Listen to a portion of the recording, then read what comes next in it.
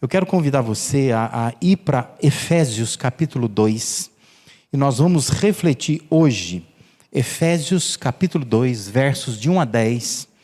Como durante a mensagem a gente acaba lendo todo o texto, eu quero apenas destacar nesse início aqui os versos 6 e 7, tá bom? Então abra a sua Bíblia aí, Efésios 2, de 1 a 10. Eu quero ler nesse momento apenas o versículo 6 e o versículo 7. Esses dois versos dizem assim, Deus, aliás eu estou lendo a versão da NVI, tá bom? Diz assim, Deus nos ressuscitou com Cristo e com Ele nos fez assentar nos lugares celestiais em Cristo Jesus, para mostrar nas eras que hão de vir a incomparável riqueza de sua graça, demonstrada em sua bondade para conosco em Cristo Jesus. Amém? A história da igreja, quando a gente estuda a história da igreja, vai reler toda a trajetória da igreja, desde o seu início, especialmente até o século passado, né? Tem muita informação, muita coisa escrita sobre isso. A gente percebe que os problemas que são relacionados ao esfriamento da fé, ou mesmo a desvios da fé, que o povo de Deus acaba experimentando ao longo da sua trajetória, esses desvios, esse esfriamento, jamais reside nas coisas que a igreja não sabe. Nunca tem a ver com coisas que a igreja não sabe. Mas tem a ver com coisas que a igreja sabe, mas a igreja se esquece. Portanto, o nosso problema não é uma questão de ignorância, não é de falta de conhecimento, mas o nosso problema é de esquecimento. Nós sabemos muitas coisas, mas nós esquecemos estas coisas. Não é falta de conhecimento, é esquecimento.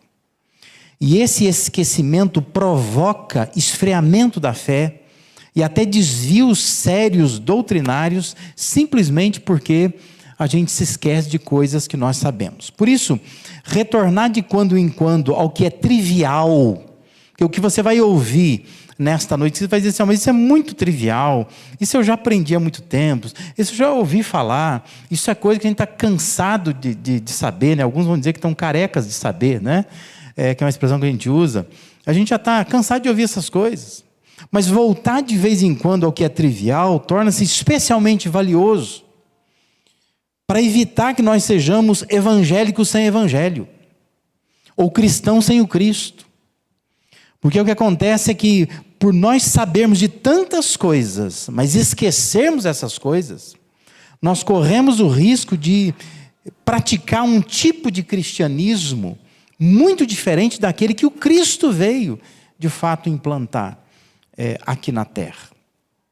Viver o evangelho é mais do que fazer parte de uma comunidade de fé. Nós estamos muito equivocados com isso nos dias de hoje.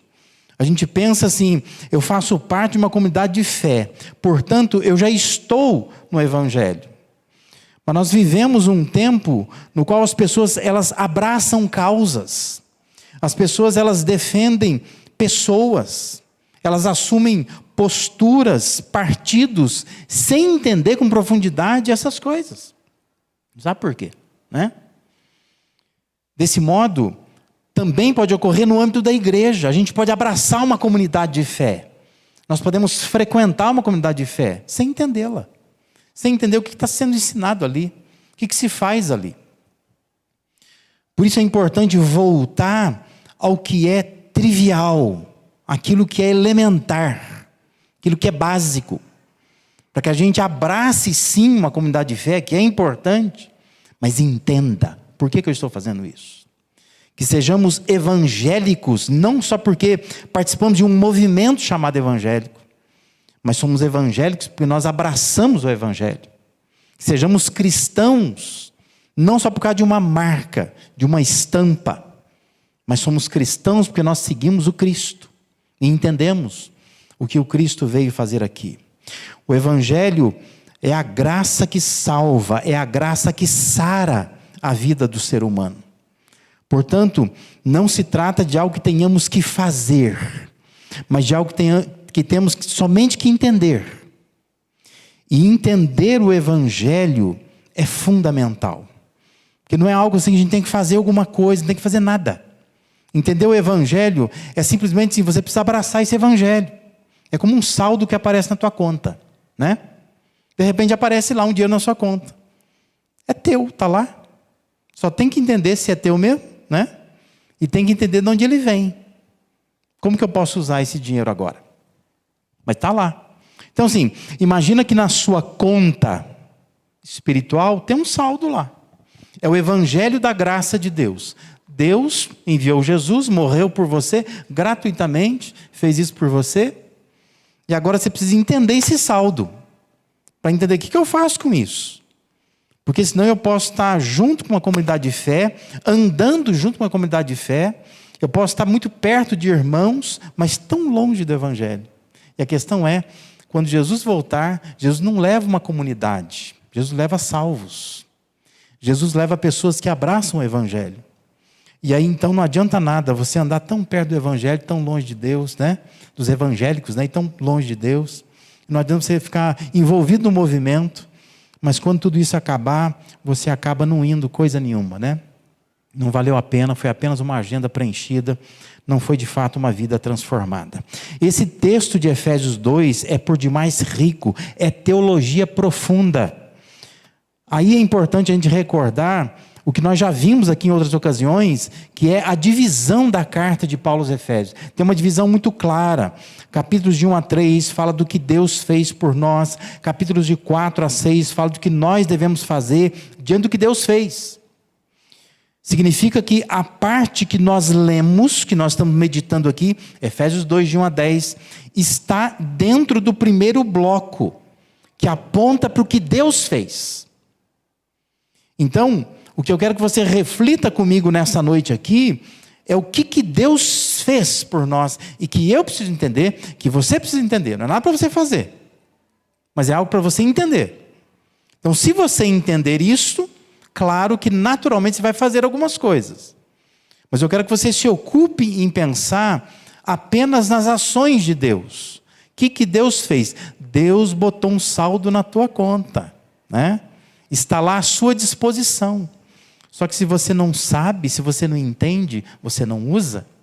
E eu quero te dar essas informações para que você use esse saldo que Deus colocou na sua conta. Então nós vamos falar hoje sobre 3 ações do Evangelho que estão expostas nesse texto aí. A primeira ação do Evangelho é confrontar concepções. Observe lá, o versículo de 1 a 3. E aí é importante você entender a ordem em que as coisas estão ditas, né? Porque a maioria das Bíblias, quando você lê, eu quero te lembrar disso, né? A Bíblia não foi escrita em português, né? Especialmente esse texto, o Novo Testamento, foi escrito em grego. Então, na língua grega tem uma performance, tem uma gramática, tem um jeito de escrever, uma forma de montar as frases, que no português é diferente. Então, quando você traduz, fica um pouco diferente.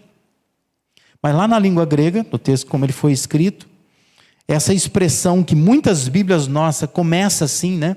Começa assim, ele vos deu vida. No grego não está assim, né? No grego não começa dessa forma. Esse ele vos deu vida está lá no versículo 5. Está no final da frase, né? No final da sentença. De modo que a NVI reproduz um pouco melhor aquilo que é o texto grego. Então observe a descrição que Paulo faz a nosso respeito conforme a NVI. Ele diz assim, vocês estavam mortos em suas transgressões e pecados, nos quais costumavam viver, quando seguiam a presente ordem deste mundo e o príncipe do poder do ar, o espírito que agora está atuando nos que vivem na desobediência. Anteriormente, todos nós também vivíamos entre eles, satisfazendo as vontades da nossa carne, seguindo os desejos e pensamentos. Como os outros, éramos por natureza merecedores da ira.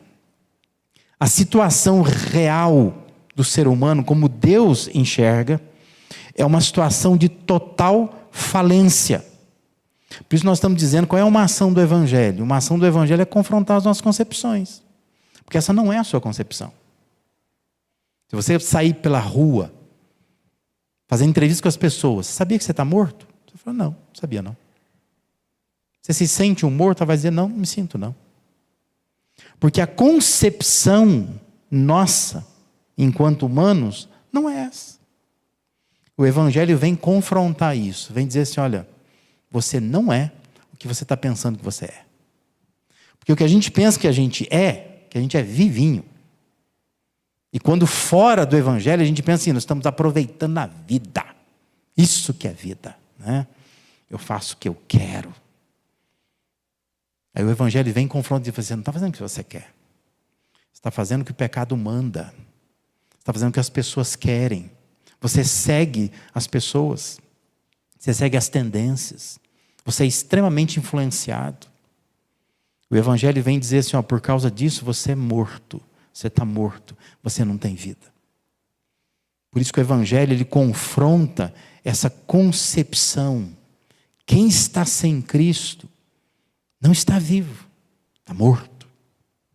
Só que a nossa concepção humana não é essa. Por isso que o Evangelho autêntico, ele nos faz pensar de outro modo.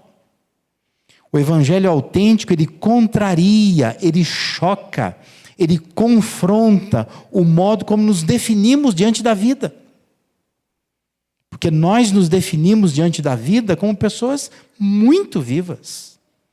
Pessoas livres, que aproveitam a vida. Só que Deus está olhando e está dizendo assim, você não é livre, você é escravo, você está morto. O Evangelho vem confrontar, vem chocar aquilo que a gente imagina sobre nós mesmos, sobre como a gente está aproveitando a vida. Se você for um pouco mais adiante, no capítulo 4, lá no versículo 17, 18, Paulo vai escrever assim, assim eu lhes digo, e no Senhor insisto que não vivam mais como gentios. E como é que Paulo está dizendo que os gentios vivem? Ele está dizendo assim, ó, que vivem na futilidade dos seus pensamentos. Olha, pensamentos fúteis, inúteis, vazios. Eles estão obscurecidos no entendimento, ou seja, o entendimento está escuro, não está conseguindo enxergar as coisas como devem enxergar. E separados da vida de Deus, por causa da ignorância em que estão, devido ao endurecimento dos seus corações.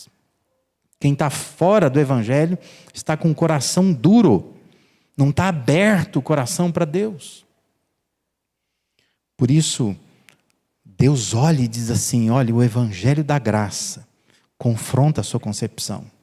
Você acha que você está vivo, mas você não está vivo, você está morto. Você precisa viver, você precisa encontrar o que é vida de verdade. E não a vida que você está vivendo. Existe um autor chamado Thomas Schreiner, que é um comentarista de um comentário grandão. Ele diz assim que Paulo, ele não retrata os descrentes como se simplesmente não tivessem inclinação para o Evangelho. Ele diz que eles não têm capacidade nenhuma de responder ao Evangelho, porque estão sufocados em transgressões e pecados. São incapazes de responder a Deus porque estão mortos em seus pecados. É importante que eu e você entendamos isso. Não é nada que tem que fazer, é só entender. Enquanto estamos fora do Evangelho, nós estamos sufocados por transgressões e pecados, nós somos incapazes de responder a Deus. Deus tem que vir em nosso encontro, senão a gente não responde de jeito nenhum. Por isso Paulo vai continuar dizendo lá em Efésios 2, versículo 4 e 5, ele diz, todavia Deus, que é rico em misericórdia, pelo grande amor com que nos amou, deu-nos vida juntamente com Cristo. Quando ainda estávamos mortos em transgressões, pela graça vocês são salvos. Entenda isso, o Evangelho é essa graça que salva. Deus, por amor, deu vida a quem estava morto. Injetou vida em nós. Essa é uma ação do Evangelho. Ele confronta a concepção de vida que a pessoa tem e faz a pessoa perceber que sem Cristo a vida dela é morte, não é vida, ela de fato está morta. Então, se você é um cristão de verdade, eu quero que nesta noite você entenda e lembre-se de onde você veio. Você veio de uma sepultura. Você veio de um sepulcro, que pode ser psicológico, emocional, espiritual. Você veio de lá. E Deus deu vida para você. Então, assim, é uma noite para você agradecer a Deus e se lembrar disso, porque o tempo vai passando e não se lembra mais disso. A gente se acha muito bom. A gente não percebe que o Evangelho foi a graça que nos resgatou de lá. Eu era morto, agora estou vivo. Tenta se lembrar de onde Deus te tirou. Deus tirou de uma sepultura. Você estava condenado, sufocado, agredido pelo pecado, e Deus foi lá e resgatou você. Mas, por outro lado, eu quero que você entenda também que precisa realçar na sua mente a condição em que as pessoas sem Cristo estão. Talvez você está lidando com o teu pai, com a tua mãe, com o teu filho. Você precisa entender isso. Não é só uma questão de compreensão. Você vai lá e fala, deixa eu explicar para você. Você não entendeu o Evangelho? É fácil de entender. Não é fácil quando a pessoa está morta. Quando você chega na beira do caixão, fica conversando com a pessoa. Não dá para ser assim. Já fez isso? Chega no velório e fala, passa a senha do cartão. A pessoa não responde, porque ela está morta. Então a mesma coisa, você fica falando para alguém do Evangelho, e fica tentando explicar para a pessoa, fala, por que essa pessoa não entende? Ela é burra. Ela não é burra, ela está morta. Então você precisa orar por ela.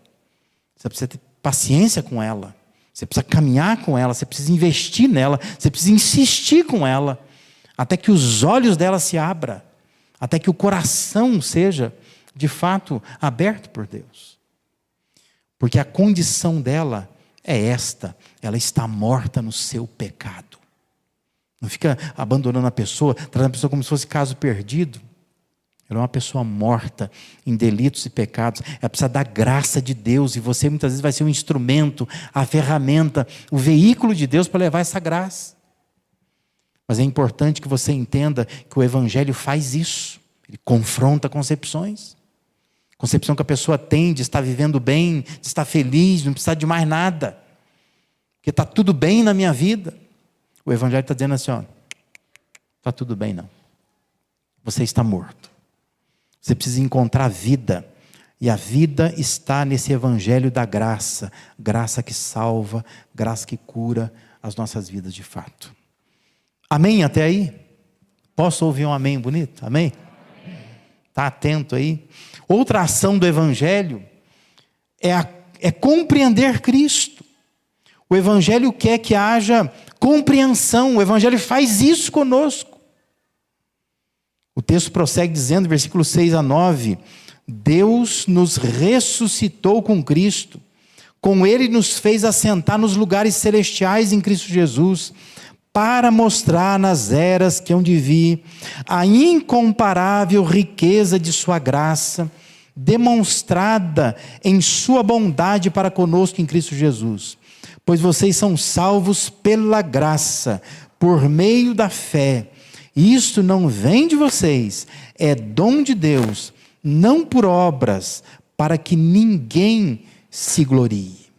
Jesus ele já havia dito, conforme nós temos o registro de João 16, versículos lá de 8 a 11, acerca da obra do Espírito Santo na vida de uma pessoa.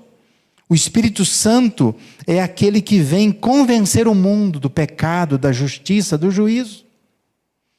Significa que para o homem aproximar-se de Deus, sempre haverá um movimento de Deus na sua direção. Quando qualquer pessoa esboça um desejo por Deus, é porque Deus já fisgou essa pessoa. Porque a Bíblia mostra com muita clareza que as pessoas in natura, sem buscar nada, sem conhecimento nenhum de Deus, as pessoas não querem nada com Deus, nada. E se você está aqui, ou se você está aí em casa, se você quer alguma coisa com Deus, é porque Deus já deu uma piscadinha para você. Sabia disso? Deus já botou os olhos em você. Deus está atraindo você para Ele. Porque ninguém vai para Deus sem que Deus venha até Ele primeiro. O Evangelho abre os nossos olhos. O Evangelho nos faz compreender o que Cristo fez. Isso é uma ação do Evangelho sobre nós. O Evangelho nos faz perceber que em nada nós cooperamos com Deus a fim de merecer a salvação. Nada, nada. Por isso é muito natural para todo cristão verdadeiro passar quase que a vida inteira perguntando: Deus, o que o Senhor viu em mim? O que o Senhor viu em mim? Porque não houve nada em mim que cooperasse com Deus. Não tem nenhuma ação minha que coopere com Deus.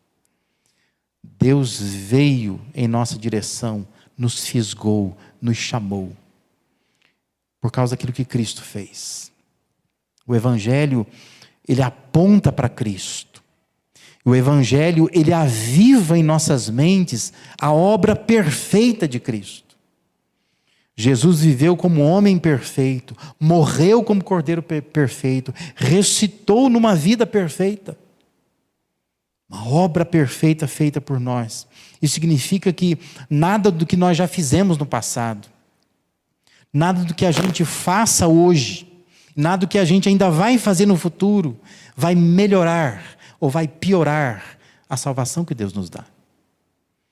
Porque tudo tem a ver com Deus, nada tem a ver com a gente. A salvação, ela é de Deus e ela é de graça. Ela não custa nada para mim ou para você. Não há nenhum preço que Deus esteja esperando que a gente pague por ela. Deus não está esperando isso. Deus está esperando simplesmente que você entenda e que você abrace, que você aceite. Existe um saldo na tua conta. Deus está dizendo: usa isso, é para você viver vida abundante. E não viver como um escravo nesta terra, como um morto-vivo. Mas aprender a viver o Evangelho da graça.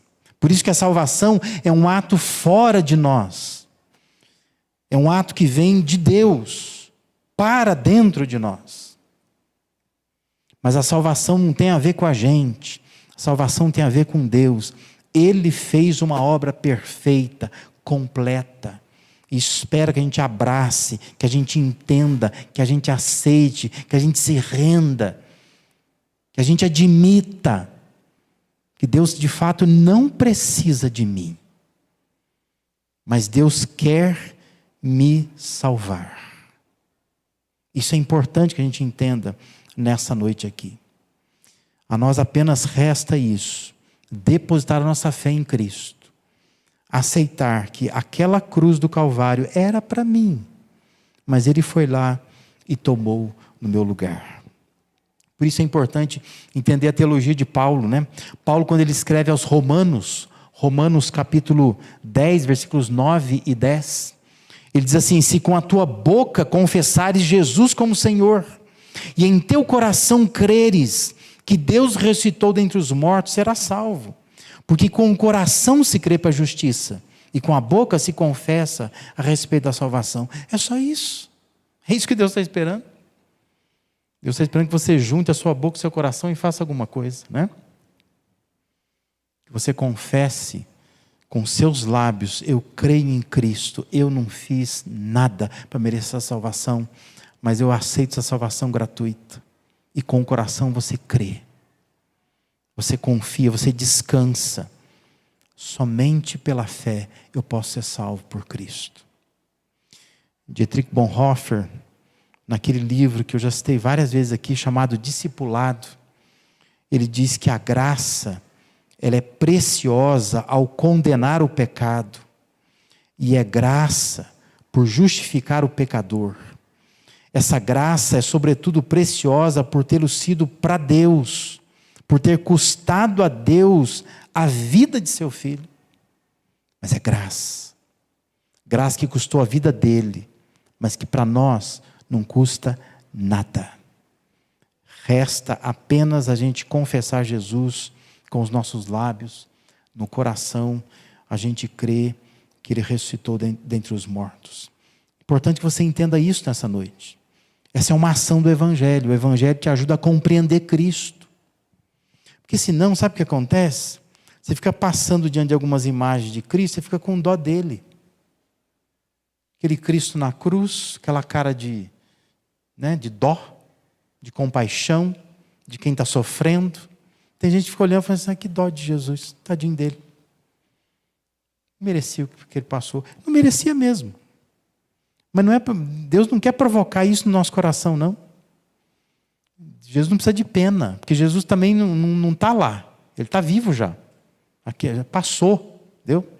Mudou de fase, não é aquela mais. O que Deus quer agora é que você entenda que tudo aquilo que foi feito por você. Por você. Não é porque você merece também, não. Não é porque a gente merece, não é por isso. Mas por que Deus fez? Porque Deus nos criou. E nós temos um significado para Deus. E Deus quer resgatar a sua criação. Ele não quer simplesmente jogar fora toda a criação dele. Por isso, esse significado nós precisamos entender. É a graça preciosa. Um Deus atrás das suas criaturas, querendo resgatá-las. Colocando saldo na sua conta, dizendo, entenda isso. Usa isso. Jesus veio da vida, vida em abundância. Para de viver como morto, como condenado. E aprenda a viver pela graça que Jesus veio trazer. O Evangelho nos ajuda a compreender Cristo. Quem é Cristo? Como ele precisa ser compreendido no nosso meio. E uma terceira e última ação do Evangelho é corrigir condutas. Observe que o versículo 10 diz assim, porque somos criação de Deus, realizada em Cristo Jesus para fazermos boas obras, as quais Deus preparou de antemão para que nós as praticássemos. De novo, a ordem das palavras no texto grego, ela é importante também, porque literalmente o versículo 10 começa assim, dele, pois, somos feitura. E entenda que a palavra grega para feitura é poema, de onde vem a nossa palavra poema. Somos uma obra de arte de Deus. Mas ele está dizendo assim, dele, pois, nós somos feitura. Feitos por ele. Mais do que apontar para o fato de que nós fomos criados por Deus, parece que Paulo queria chamar a atenção para um outro fato. Ele está dizendo que em Cristo nós fomos criados. Fomos feitos feitura. Me parece que a intenção de Paulo é dizer que em Cristo nós somos recriados. Que nós somos criados lá atrás.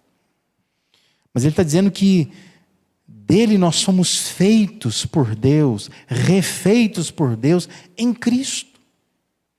De modo que surge uma nova versão de pessoas, diferente daquelas criadas lá atrás, pelo Éden. Agora, são criados em Cristo, são feitos de novo, pessoas novas, para um novo estilo de vida.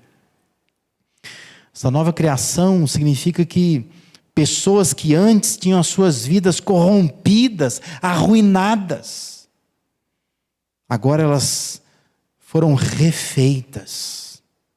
E foram refeitas para um novo estilo de vida. O Evangelho é uma correção de comportamentos. Deus, tal como um oleiro, ele toma vasos em suas mãos e os refaz. E Deus faz isso com as pessoas. Porque nós somos agora feituras e a nossa conduta será determinada por Ele. É como se Deus, juntamente com a nossa recriação, Ele construísse um trilho de coisas boas para a gente andar. É isso que Paulo está dizendo aqui. Você precisa se encaixar nesse trilho de Deus. Porque ele está dizendo que em Cristo Ele nos recria. Nós somos feitura dEle. Nós somos recriados para quê? Para fazer algumas coisas que Ele já preparou para a gente fazer. Então coloca a tua vida nesse trilho. E aí então você vai ter vida nova de fato. Porque o Evangelho é isto. O Evangelho ele vai corrigir as nossas condutas. Nós estávamos mortos. Ele nos deu vida. Agora mais do que um fôlego de compreensão nova. Paulo está dizendo que ele tem novos caminhos para nós. Não é só um novo entendimento, é um novo caminho. Eu preciso andar nesse caminho. Senão você vai achar assim, eu já entendi. Mas você não muda a sua conduta. Que você acha que evangelho é só compreensão. Mas evangelho não é só compreensão. Evangelho é transformação. Ele transforma a vida da pessoa. Ele corrige a conduta da pessoa. São obras preparadas para que nelas andemos e as pratiquemos. Existe uma consequência prática de quem entende o evangelho como a graça que salva. Não faz obras porque tem dúvidas da salvação. Não é essa a questão. Mas quem entende o evangelho da graça, entende que obteve a salvação gratuitamente. Por isso agora eu quero viver nova vida. Eu vou praticar boas obras. Eu vou fazer isso porque eu sou grato. Porque eu entendi que eu não merecia. Não são obras para impressionar Deus ou para convencer Deus de alguma coisa, mas é uma resposta de gratidão a Deus. Não é questão de suas obras, mas são obras que Deus preparou para que você ande nelas. Não é questão de ser bom, é questão de ser obediente. Entende a diferença? Não é que Deus está dizendo assim, agora que eu te salvei, por favor, dê esmola, dê cesta básica, agora você faz carinha de penitente, agora você seja uma pessoa bondosa o tempo todo. Não é isso que Deus está dizendo. Deus está dizendo assim, agora você obedeça, você ande no trilho que eu tracei, aprenda a fazer boas obras, mas não é obras de caridade. Ele está dizendo, faça obras que eu preparei de antemão para que você ande nelas. Encontre o caminho de Deus. O caminho que Deus tem para você. Porque tem gente que parece que compreende o evangelho e fala assim, agora eu vou virar uma pessoa boazinha. E parece que ela não entendeu nada do evangelho. Porque ela não anda no caminho de Deus. Mas ela é boa que só. Né? Você olha assim e fala, nossa, parece que é de outra religião melhorado, né? Deu uma melhorada, fez um upgrade, né? E só. Mas essa não é a proposta de Deus. Não é questão de ser bom, é questão de ser obediente. Eu estou obedecendo o evangelho da graça. Eu estou andando nas obras que Deus preparou de antemão para mim. Não é que eu estou inventando coisa boa para fazer, dizendo assim, Deus, o senhor está gostando, né? Olha como eu fiz uma coisa boa hoje. Como se Deus fosse colocar selos em você, prêmios em você, dar medalhas para você, placas para você. É a mesma coisa do que você via no passado. Deus dizendo, não, você estava morto, te dei vida. E agora que você compreendeu quem é Cristo, eu corrijo a sua conduta, eu te coloco nos meus trilhos. Você pratica obras que eu preparei para você. Você não tem que ficar inventando coisa para fazer para agradar a Deus, não. Agora você só precisa fazer o que Deus já disse que é para fazer. É obediência, não é bondade. E quando você faz isso, você entendeu de fato o evangelho da graça. Por isso que quando o evangelho nos abraça, ele corrige a nossa conduta.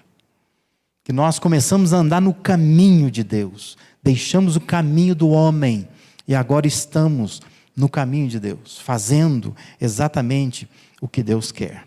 O Max Lucado, um autor bastante conhecido, tem uma frase dele, eu já estava ali, né? Tem uma frase dele que diz assim, Deus o ama tal como você é, mas ele se recusa a deixá-lo assim. Deus te ama do jeito que você é. Essa coisa de dizer assim, não, pode vir porque Deus te ama do jeito que você é. Está certo. Mas não significa que a hora que você vier, Deus vai dizer assim, agora você pode ficar desse jeito. Não. Deus ama do jeito que você é. Mas Deus não vai deixar você como você está. Que o jeito que você está é na condição de morto, de pecador. Deus não vai deixar assim. Deus vai te dar vida.